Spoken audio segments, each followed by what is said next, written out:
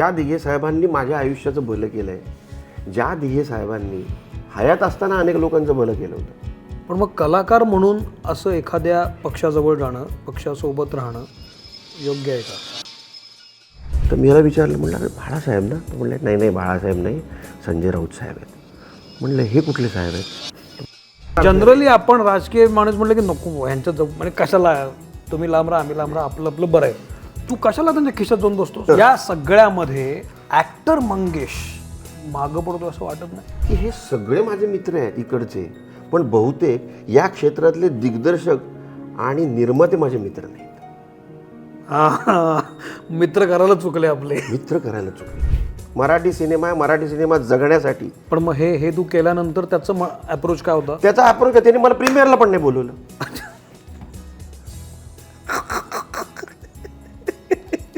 प्रीमियरला पण नाही बोलवलं. कोटी उड्डाणाचे बोर्ड लागतात. पण किती, मला दे ना उदाहरण, किती? पण मग ते बोर्ड तरी खरे असतात का? उद्या समजा अशी एखादी भूमिका तुझ्याकडे आली, अशी एखादी स्क्रिप्ट आली की जी स्क्रिप्ट तू आता ज्या वर्तुळात आहेस त्या विचारांशी, त्या मतांशी फारकत घेणारी असेल, तर करशील?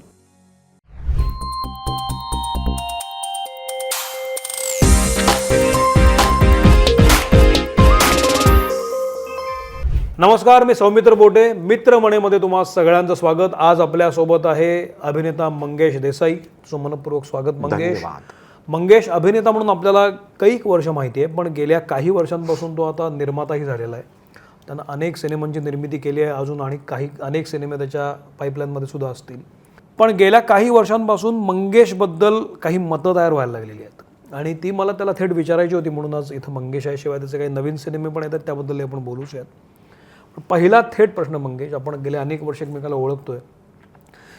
जसा धर्मवीर सिनेमा यायला लागला, त्याची जुळवाजुळव सुरू झाली, तेव्हापासून मंगेश अभिनेता म्हणून कमी आणि राजकीय वर्तुळात जास्त दिसायला लागला अशी चर्चा सुरू झाली. आम्हाला असं जाणवायला लागलं, दिसायला लागलं. आणि आता मंगेश देसाई एका राजकीय वर्तुळापुरता उरला आहे का, अशी ही शंका यायला लागली. तर एक अभिनेता म्हणून ही अशी चर्चा होणं तुला योग्य वाटतं का, एक, आणि त्याचं उत्तर तू कसे देशील, दोन?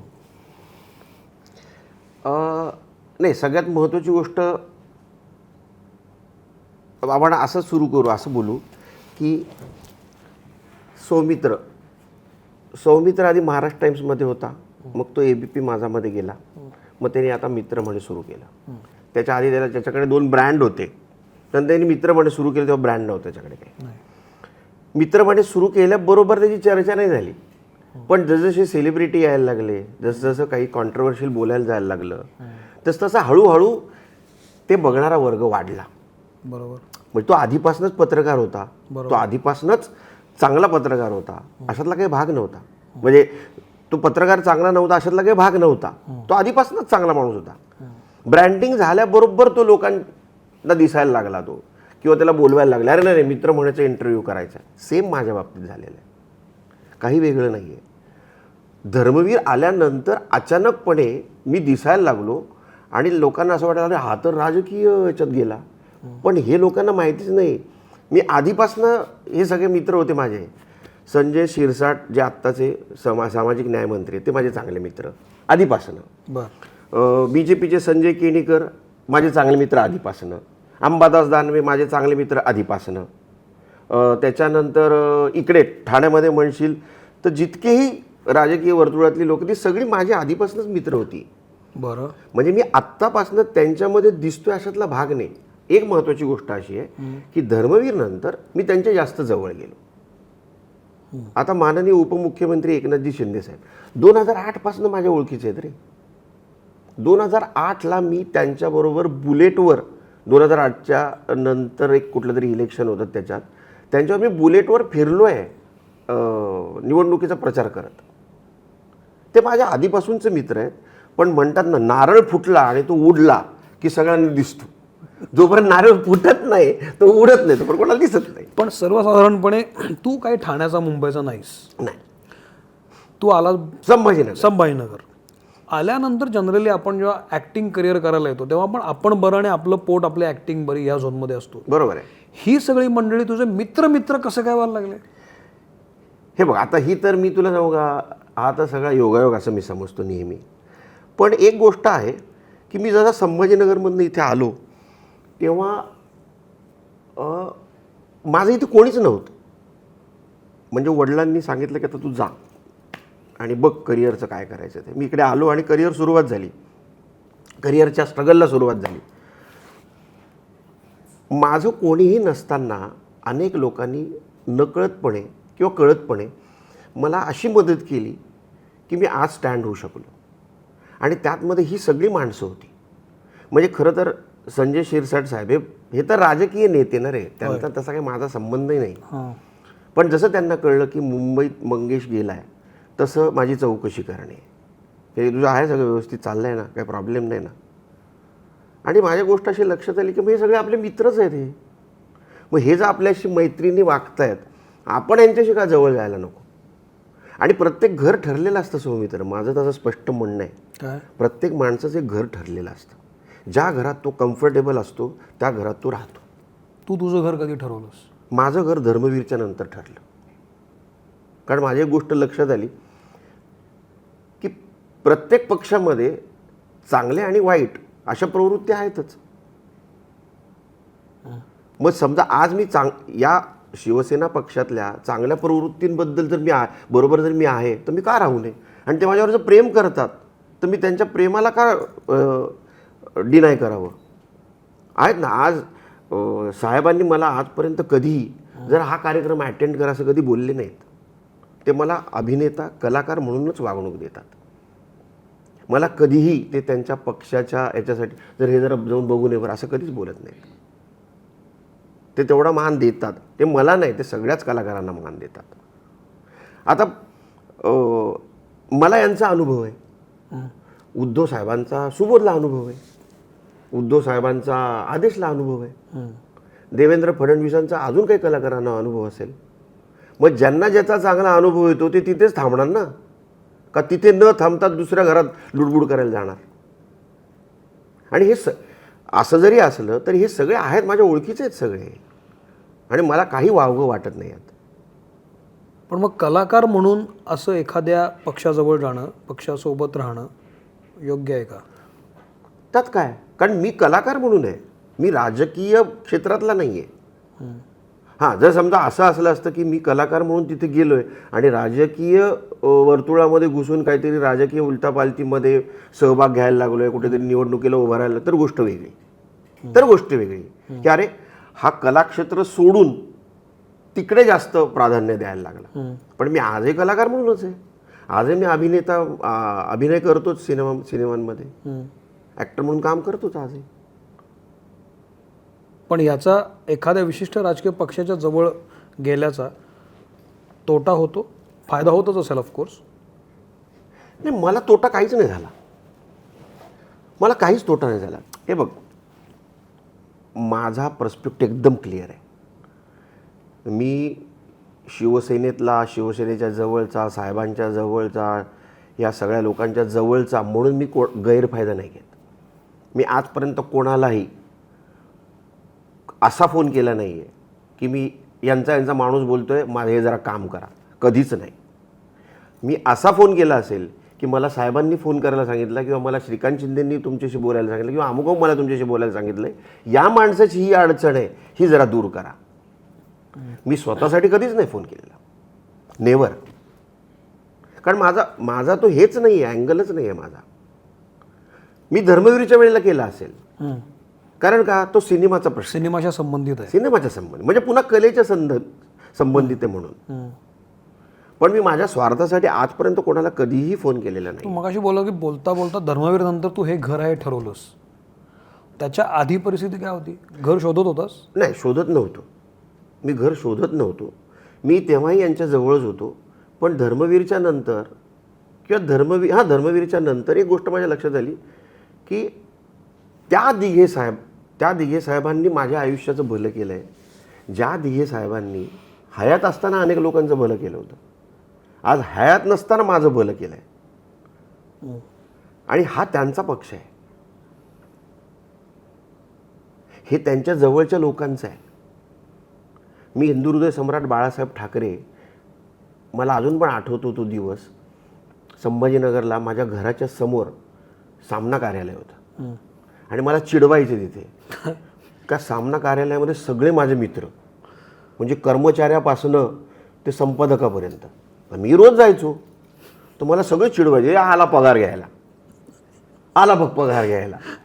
2 महिन्याला चिडवायचे. म्हणजे मला तिथला एकही व्यक्ती असा नव्हता सौमी की जो माझ्या जवळचा नव्हता. आणि मला अजून आठवतं, पहिल्यांदा बाळासाहेब आले होते, पहिल्यांदा संभाजीनगरला. आणि त्या पायऱ्यांवरती उभे होते, हातामध्ये रुद्राक्षाची माळ होती आणि सगळ्यांना ते हात करत होते.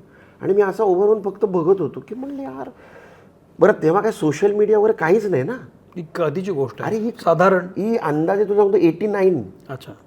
सोशल मीडिया काहीच नाही. हो. बरं पेपर वाचावा एवढा वेळ तेव्हा नाही. तरुण रक्त इकडे तिकडे फिरत बसायचं. म्हटलं यार हे कोणीतरी माणूस आहे हा. मग ते सगळे गेल्यानंतर मी गेलो वर सामना कार्यालयात. म्हटले कोण आले होते? म्हटलं अरे बाळासाहेब ठाकरे होते. हा नाही का फोटो बघितलं असतो. अरे बापरे, म्हटले बाळासाहेब ठाकरे ते मुंबई जे चालवतात ते, एवढंच माहिती आहे आपल्याला.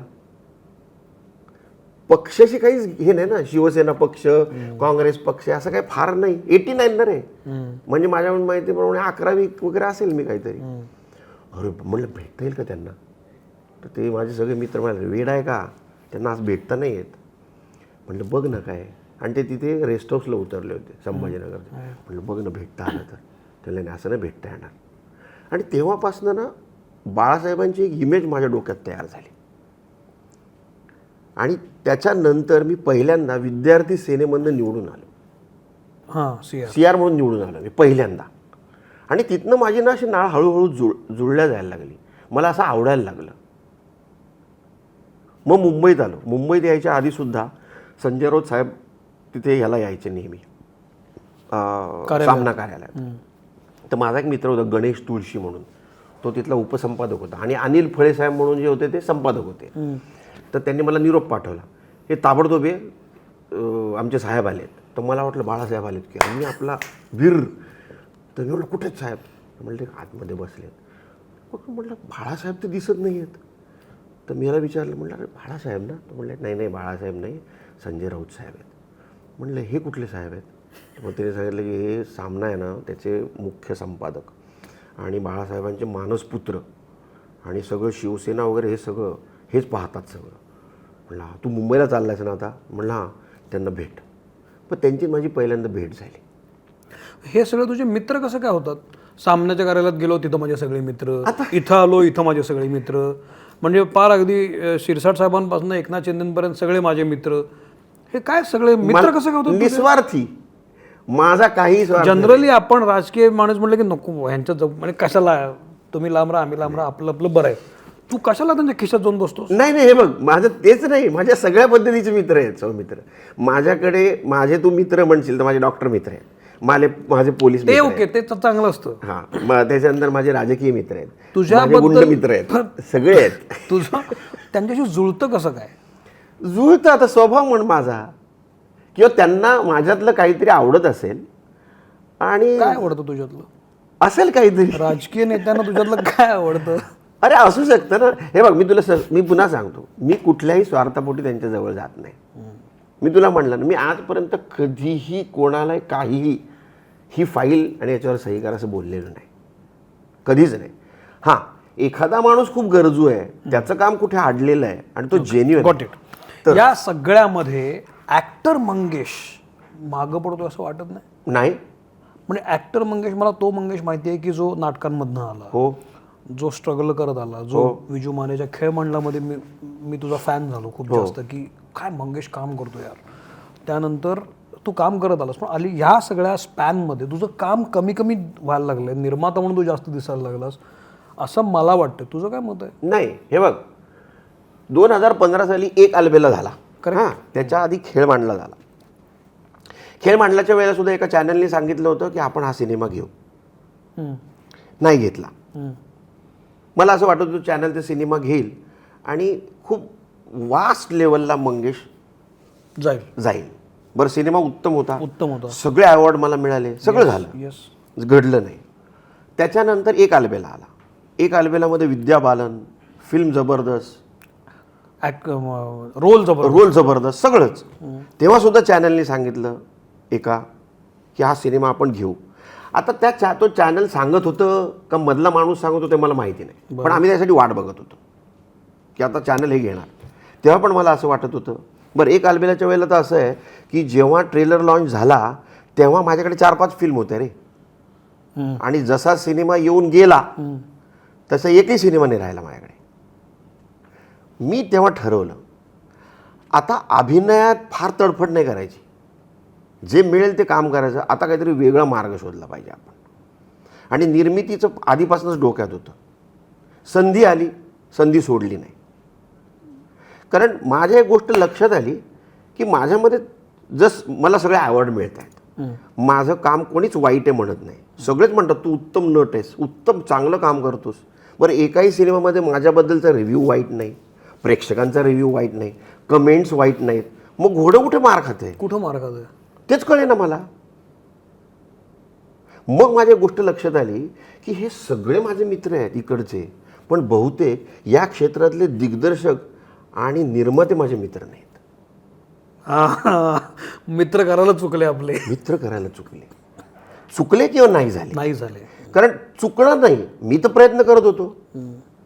म्हणजे मी संजय जाधवकडे स्ट्रगल केला, मी केदार शिंदेकडे स्ट्रगल केला, मी अजून कोण राजीव पाटलाकडे स्ट्रगल केला, अजून कोण असतील आपले मोठमोठे दिग्दर्शक, रवी जाधवकडे स्ट्रगल केला, सगळ्यांकडे स्ट्रगल केला.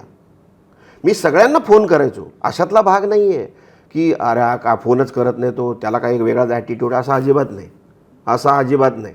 मला कुठल्याच गोष्टीची लाज वाटत नाही. पण मला यांच्याकडनं कधीच कोणाकडनं रिस्पॉन्स आला नाही. आणि एकीकडे तुला कामाला पोचपावती मिळत होती. आणि कामाला पोचपावती मिळत होती. म्हणजे सगळ्या नवीन दिग्दर्शकांकडे मी काम केलं, तिकडे सगळीकडे मला अवॉर्ड मिळाले, माझ्या अभिनयाची स्तुती झाली, चांगलं लिहून आलं, सगळं आहे. मग कुठे शिंकतंय सगळं.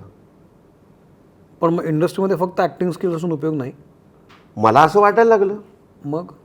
मला असं वाटायला लागलं नंतर की ॲक्टिंग स्किल नुसतं नाही तर त्या कुठल्या तरी दिग्दर्शकाच्या मर्जीतला नट असणं गरजेचं आहे, कुठल्या तरी निर्मात्याच्या मर्जीतला नट असणं गरजेचं आहे. मी सगळ्यांकडे स्ट्रगल केलेलं आहे. अशातला अजिबात भाग नाही आहे. सो मी तुला जर कधी कोणी बोललेलं असेल ना की नाही अरे मग तू काय असं अजिबात नाही. मी कधी स्वतःला शहाणा समजलेलंच नाही. पण तू दिसतच का नाही, म्हणजे का नाही दिसत तू? मला प्रश्न हाच पडतो की जेवढा निर्माता म्हणून तू समोर आलास त्यापेक्षा नट म्हणून खूपच. निर्माता म्हणून मी माझं स्वतःचं जहाज घेतलं ना, माझ्या स्वतःचं जहाज घेतलं. माझ्या जहाजात तुम्ही या. आणि ते करत असताना मी हा भेदभाव नाही केला की यार इसने मेरे को तकलीफ दिया था, नाही. तेव्हा माझी परिस्थिती अशी होती, तुझी परिस्थिती तशी होती. Okay, human psychology. मी जाणीव पण नाही करून दिली, पण मी कधीच जाणीव नाही करून. तू जेव्हा ठरवलंस की ॲक्टिंगमध्ये आपलं फार काही होत नाही, म्हणजे आपण सगळं चांगलं मिळतं पण आता वेगळं काहीतरी शोधलं पाहिजे, एखाद्या संभाजीनगरवरून आलेल्या ॲक्टरला इतकं प्रूव्ह करून सुद्धा असं वाटणं हे इंडस्ट्रीचं फेल्युअर आहे किंवा इंडस्ट्रीच्यावर विचार करायला असं वाटतं तुला? पाहिजे. म्हणून मी नेहमी म्हणतो एक्का असतोच रे पत्त्याच्या कॅटमध्ये, एक्का असतोच ना. एक्का लागला की आपण म्हणतो चलो जीत गए आपण. पण कधीतरी खालचा पत्ता पण ट्राय करा, तो येऊ शकतो एक्क्याजवळ. का नाही येणार तो एक्क्याजवळ? क्यों नाही आ सकता है? तुम्ही ट्राय तर करा. म्हणून मला कधी कधी त्या दिग्दर्शकांचा खूप अभिमान वाटतो की जे नवनवीन नटांना घेऊन, नवीन निर्मात्यांचा पण अभिमान वाटतो जे नवनवीन दिग्दर्शकांना घेऊन फिल्म्स करतात आणि ते यशस्वी करतात. मला फार छान वाटते त्या लोकांचं. म्हणजे मला याचं कौतुक वाटतं आता आपला ढोमेचं, की तो इंडिव्हिज्युअल उभा राहतो, लढतो. मेरी फिल्म आहे, ओके ठीक आहे, माझीच लोक आहेत, माझी लोक आहेत, मी घेऊन करतो, पण मी सिनेमा हिट करतो, मला नको बाकी कोणी. मग त्या सगळी ती जी मंडळी आहे ती त्याची मित्र, पण त्यांनी त्या मित्रांना सगळ्यांना मोठं करत करत नेलं. मला आवडतं ते, आनंद वाटतो मला त्याचा. मग तुम्ही असं तरी करा. अरे मी तुला सांगतो ना, मी दिवसातनं 10 फोन केलेले आहेत. लोकांना 10 फोन केलेले आहेत. आत्ता पण मी तुला सांगतो, आत्ता एका दिग्दर्शकाला मी सतत फोन करायचो. मी मुद्दाम नावं घेत नाहीत, कारण काय ठीक आहे, नाव नको घेऊ. त्याला मी सतत फोन करायचो. मला अपेक्षा आहे हा त्याच्या पुढच्या सिनेमात मला लागेल, पुढच्या सिनेमात मला लागेल. कधी घेतलं नाही. त्याची अडचण आली शूटिंगला ठाण्यामध्ये, त्याला ते मिळत नव्हतं. मी एका फोनवर ते करून दिलं विदाऊट रुपी. म्हणलं नाही, मराठी सिनेमा आहे, मराठी सिनेमा जगण्यासाठी. पण मग हे तू केल्यानंतर त्याचं अप्रोच काय होता? त्याचा अप्रोच त्याने मला प्रीमियरला पण नाही बोलवलं.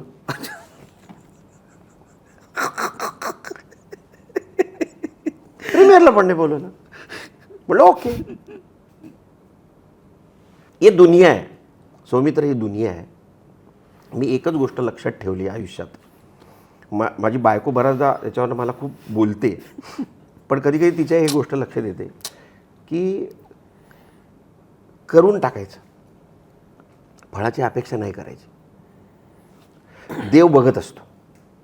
बघ, देवाने बघितलं, देवाने काय ठरवलं, अरे त्याच्या आईला हा एवढा त्याचं सगळं संघर्ष चालला आहे, सगळं चाललं आहे, पण ओके ठीक आहे, आता याला ना एक टायटॅनिकच देऊन टाकतो.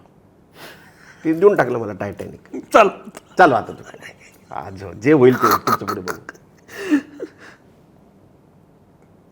आणि मी तुला माझ्या आजूबाजूची सगळी माणसं उत्तम आहेत. माझ्या आजूबाजूच्या माणसांविषयी माझ्या अजिबातच तक्रार नाही. खूप सगळी चांगली आहेत, मला मदत करणारी आहेत, सतत माझ्या पाठीशी उभी राहणारी आहेत, सतत. म्हणजे पक्षातलीच नाही म्हणत मी तुला, पक्षातली तर आहेतच रे. खरं तर मी पक्षामध्ये ऑफिशियल पण नाही आहे, पण तरीसुद्धा ती माणसं माझ्या पाठीशी उभी असतात कुठल्याही अडचणीला.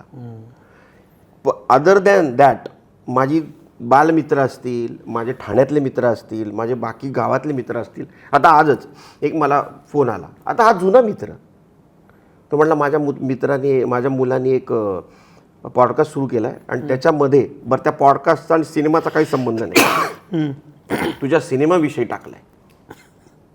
म्हटलं धन्यवाद.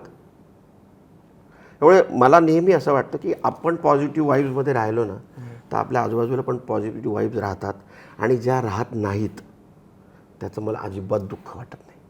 मी गेलेल्या माणसांविषयी कधीच विचार करत नाही.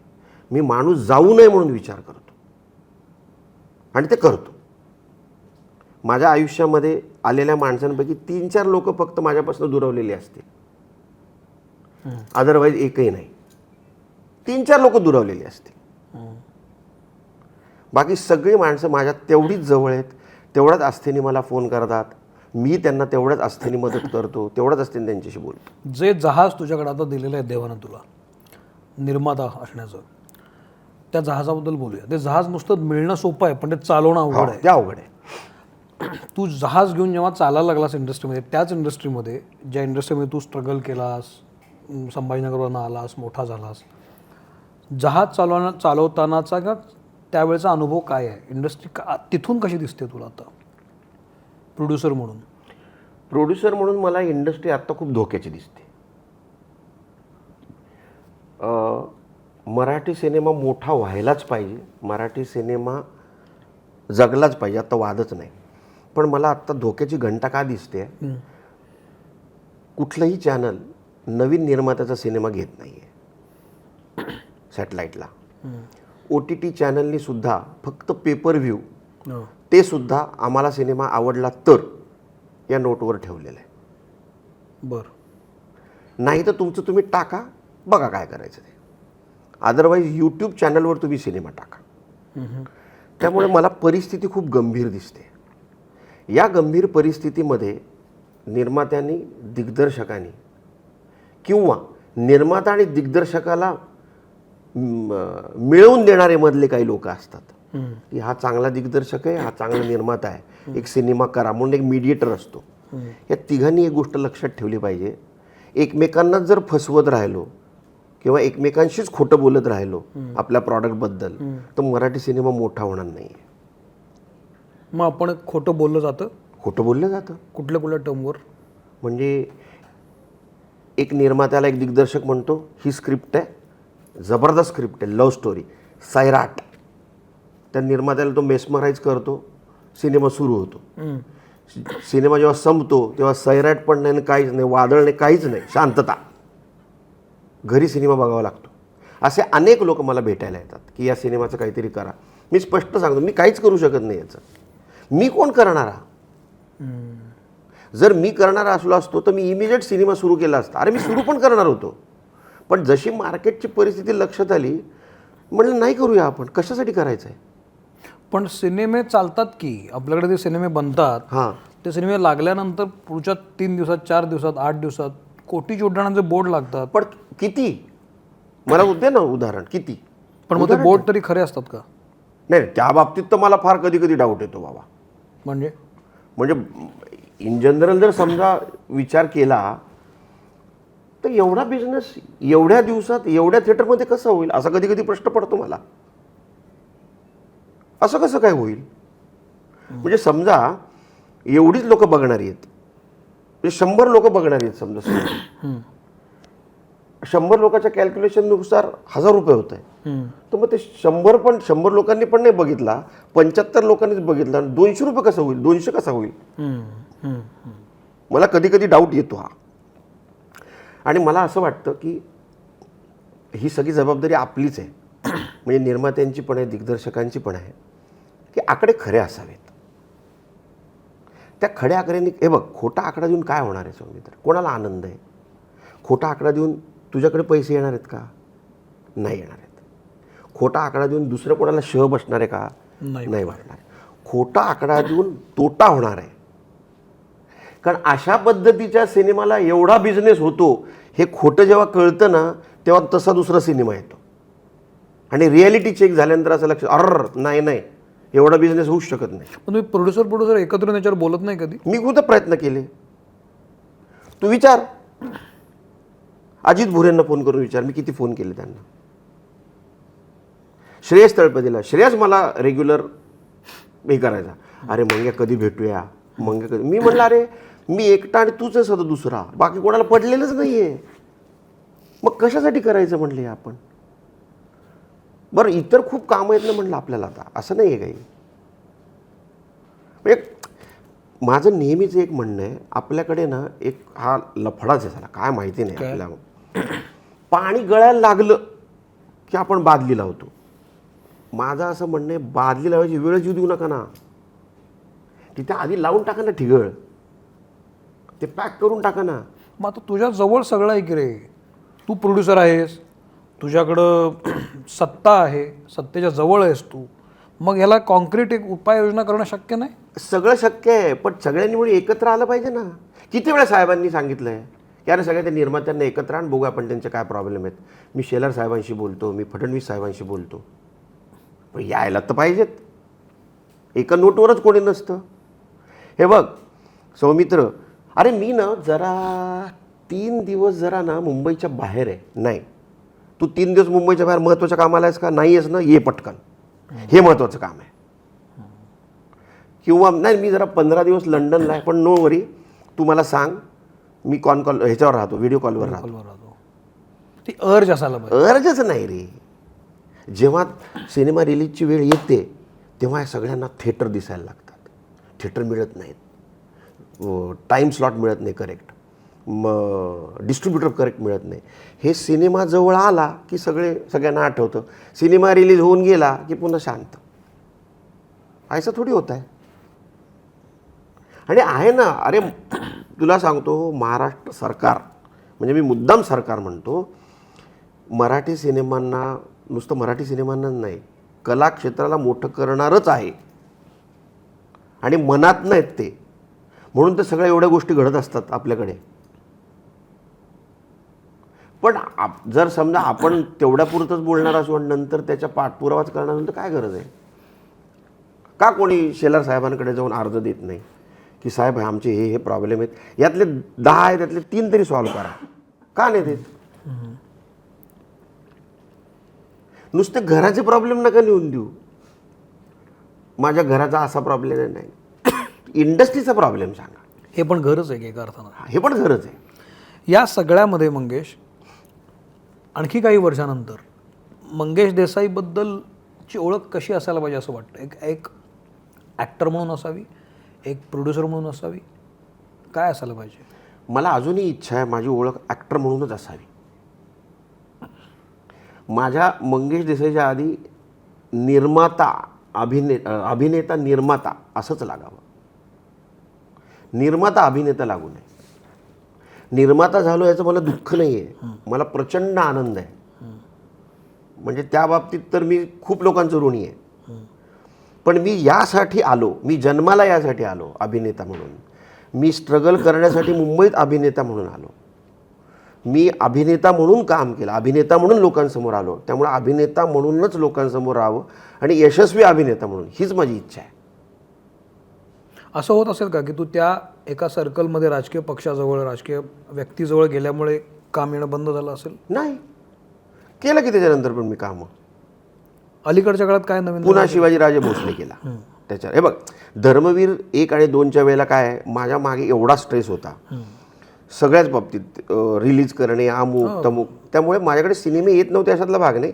मीच सांगायचो की नाही मला आत्ता नका बोलू, किंवा नाटकं येत नव्हते अशातला भाग नाही. मीच त्यांना सांगितलं मी वेळ नाही देऊ शकणार, आपण नंतर कधीतरी करू. आणि जसा धर्मवीर 2 संपला, पुन्हा शिवाजीराजे भोसले केला. त्याच्यानंतर आता प्रवीणचा केला देऊळ बंटू. त्याच्यानंतर आत्ता महेश मांजरेकर सरांचा पुन्हा एक फिल्म केली. अजून एक नितीन गांबळेची एक फिल्म करतोय. श्रीप्रसाद पवारची अजून एक फिल्म करतोय. मी अभिनेता म्हणून सोडणारच नाही रे रंगभूमीचा पिच्छा. शंकरशन कराडेला मी साधारणतः 10-12 वेळा फोन करतो महिन्यातनं की मला एक नाटक दे चांगलं लिहून. प्रोड्यूस करायला का काम करायला? काम करायला. परवा मला ह्याचा पण फोन आला होता, भट साहेबांच्या मुलाचा, सुधीर भट साहेबांच्या मुलाचा, संदेशचा, की नाटक. म्हटलं करणार, उत्तम नाटक ते करणार, का नाही करणार. आणि मी अभिनेताच आहे. येत्या आता तुझी महाराष्ट्र फाईल हा चित्रपट येतोय, पण गेल्या काही दिवसांपासून पत्रकारांच्याच भूमिका करतोस का तू? असं काय म्हणजे का, म्हणजे पत्रकारांच्या पोटावर का पाय आहे तुझा? नाही, याच्यात पत्रकाराची भूमिका नाही आहे. बरं, याच्यामध्ये काय भूमिका आहे? यात सरपंचाची. अच्छा, सरपंच. पत्रकार नाही, सरपंच आहे मी. चिंचा गावचा सरपंच आहे हा. राजवीर त्याचं नाव आहे. अत्यंत जेन्युइन, प्रामाणिक, अन्यायाविरुद्ध लढणारा आणि अशा गावातल्या बऱ्याच गोष्टींच्या गावामध्ये होणाऱ्या बऱ्याच गोष्टींचा जो अन्याय होतो बऱ्याच गोष्टींवर, त्याच्याविरुद्ध तो लढतोच आहे. पण त्याबरोबरीने त्याच्या एक गोष्ट लक्षात येते की आऊनी जो एक रोल केला आहे की हिच्या बाबतीत खूपच मोठं, हिच्यावर खूपच अन्याय झाला आहे. आणि तो म्हणजे हिची जमीन सरकारने घेतली आहे, पण तो करेक्ट मोबदला तिला दिलेला नाही आहे आणि हिला तो मोबदला मिळाला पाहिजे. सिनेमा चूज करायचं काय तुझे क्रायटेरिया असतो? महाराष्ट्र फाईलसारखे चित्रपट तुझ्याकडे आल्यावर तू घेतलास आणि मला असं समजलं की तू वाचलं तुला असं वाटलं की ही माझी स्टोरी आहे. मी पण आमदार निवासात राहत होतो 2-3 वर्ष आणि ती दिवस मी काढलेत. काय साधर्म्य सापडलं तुला याच्यात? नाही, एक तर मुळात सिनेमा चूज करताना ना मी बेसिकली थोडासा इमोशनल आहे. त्यामुळे इमोशनल आणि नंतर सोशल काय असेल तर मला करायला जाम आवडतं आणि तसा सिनेमा मी सिलेक्ट करून टाकतो. किंवा अन्याय, कोणावरती अन्याय होतोय आणि त्या अन्यायाविरुद्ध, तर मला ते आवडतं. मनात कुठेतरी खंत आपल्या मनात असतं नाही की भेंडी असं राहिलं सिनेमातनं बाबा चल आपण असं तर काही करू शकत नाही रस्त्यावर. आणि हा सिनेमा जेव्हा मला संजीव कुमार राठोडांनी ऐकवला तेव्हा एक गोष्ट मी बघितली, अरे म्हणलं ये तो मेरे लाईफ में हुआ है. कारण मी त्या आमदार निवासात राहत होतो. त्या आमदार निवासात राहत असताना त्या आमदार निवासच्या आजूबाजूला फिरणारी लोक, मंत्र्यांच्या नावाने जनसामान्यांना दिशाभूल करणारे लोक मी सतत बघत होतो. आणि म्हणलं हे तर मेरे लाईफ काय येतो, म्हणजे ही घटना जरी माझ्या आयुष्यात घडलेली नसली तरी हे सगळं मी पाहिलेलं आहे. म्हटलं मी याच्यात जास्त चांगला इनपुट देऊ शकतो, म्हणून मी हा सिनेमा करणार. आणि याचा एकूण अनुभव कसा? पुन्हा नवीन निर्माता, नवीन दिग्दर्शक. हे बघ, माझा नवीन निर्माता आणि नवीन दिग्दर्शक यांना विरोधच नाही आहे. उलट माझं असं म्हणणं आहे, नवनवीन दिग्दर्शक आणि नवनवीन निर्मात्यांनी यावंच. पण त्यांनी येत असताना पुन्हा एकदा जरा आत्मपरीक्षण करावं. हे खरंच आपल्याला पेलू शकतं का? हे आपले बस की बात आहे क्या? हा घास आहे का आपला? आता संजीव कुमार राठोडांनी पाऊल ठेवलं, चला आपण एक सिनेमा करू. त्यांची इच्छा होती, त्यांच्या फॅमिलीची इच्छा होती सगळं. पण त्यांची एक गोष्ट लक्षात आली की फसवणारे खूप आहेत. काही ना काहीतरी कारण सांगून पैसे घेऊन जाणारे खूप लोक आहेत, जे सगळीकडेच आहेत. सगळीकडेच आहेत, बरोबर. ते इकडे पण आहेत. आज त्यांना हा सगळा 10-12 वर्ष झाले, हा अनुभव आला, त्यातनं ते शिकले. आता कदाचित जेव्हा दुसरा सिनेमा करतील तेव्हा त्यांना माहिती असेल की एक्झॅक्ट या गोष्टीला किती पैसे लागतात. हा सिनेमा क्षेत्रातला अनुभव जो आहे हा कधी कधी तुम्हाला पैसे देऊन घ्यावा लागतो. वा वा, बर. फुकट नाही मिळत. त्यांनी इन्व्हेस्टमेंट केली, अनुभव घेतला, पुढचा सिनेमा करायचा की नाही करायचा या अनुभवावरती ठरवतील. या सिनेमामध्ये जे मांडलं गेलेलं आहे भूसंपादनाबद्दलच्या गोष्टी आहेत सगळ्या, आत्ता आजूबाजूला असं घडताना दिसतं तुला? होतंय नाही. आत्ता ह्या सरकारमध्ये तुला सांगतो भूसंपादनाविषयी खूपच पॉझिटिव्ह हे आहे. कारण जितक्या आजपर्यंत ज्या ज्या गोष्टींसाठी भूसंपादन केलं आहे ना, चांगले पैसे दिलेत शेतकऱ्यांना. म्हणजे समृद्धी म्हण, कुठे विमानतळ होते बघ, आता परवाच बातमी होती, बरं, तिथे सुद्धा शेतकऱ्याला प्रति एकर 2 करोड रुपये दिलेत. हे सरकार शेतकऱ्यांचा विचार करून त्यांना त्या जमिनीच्या किमती देत आहे.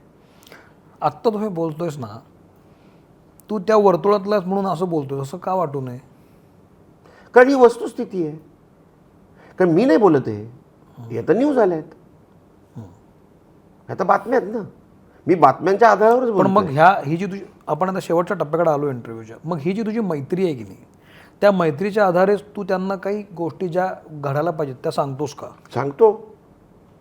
माझे जितकेही सर्कल आहे या राजक्षेत्रातलं, त्या सगळ्यांना मी माझ्या फील्डमधल्या गोष्टी मॅक्झिमम सांगतो. ऑफकोर्स.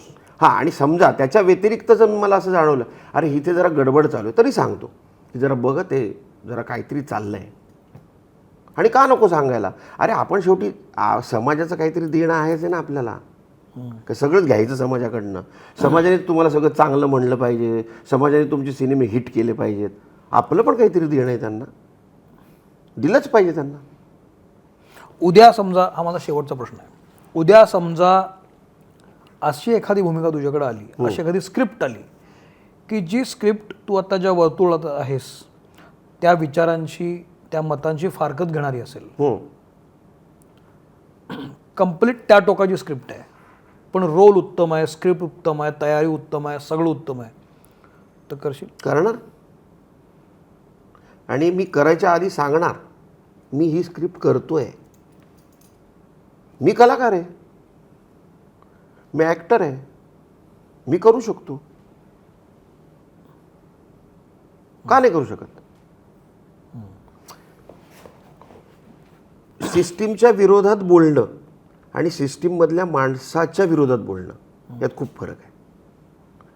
एखादी सिस्टीम आहे, मला नाही पटत आहे तर मी बोलू शकतो, पण एखादा जर माणूस आहे आणि मला माहिती आहे तो तसा नाही, त्याच्या विरोधात मला बोलायचं तर मी नाही बोलणार.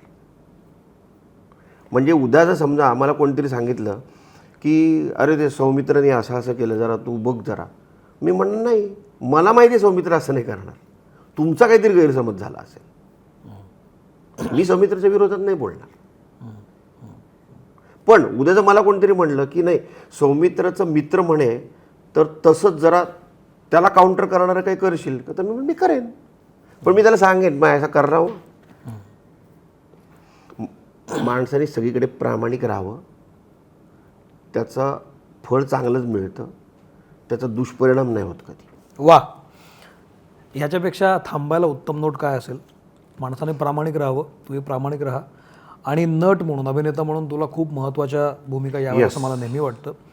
महाराष्ट्र फाईल आत्ता येतो आहे, त्यातला तू पुन्हा वेगळा आहे, सरपंच काम करतोस त्याच्यातलं, तर तेही आम्हाला पाहायला आवडेल. तर अशा चांगले रोल कर, चांगले सिनेमे कर, तुला खूप शुभेच्छा. आणि अर्थात मंगेश देसाई एवढा नाही आहे, खूप मोठा आहे, पण वेळ आणि योग हे पुन्हा पुन्हा येत असतात. आपण पुन्हा एकदा तुझ्या ती बाजू पण बघूया जी संभाजीनगरातली होती आणि तिथून यायची होती. पण तू आवर्जून वेळ दिला त्याबद्दल थँक्यू व्हेरी मच. हा एपिसोड कसा वाटला मला जरूर सांगा. मंगेश सोशल मीडियावर आहे, मी सुद्धा आहे, आणि तुमचं काही म्हणणं असेल तर सांगा, मी ते मंगेशपर्यंत पोहोचवतो, भले ते घडो. थँक्यू मंगेश. थँक्यू.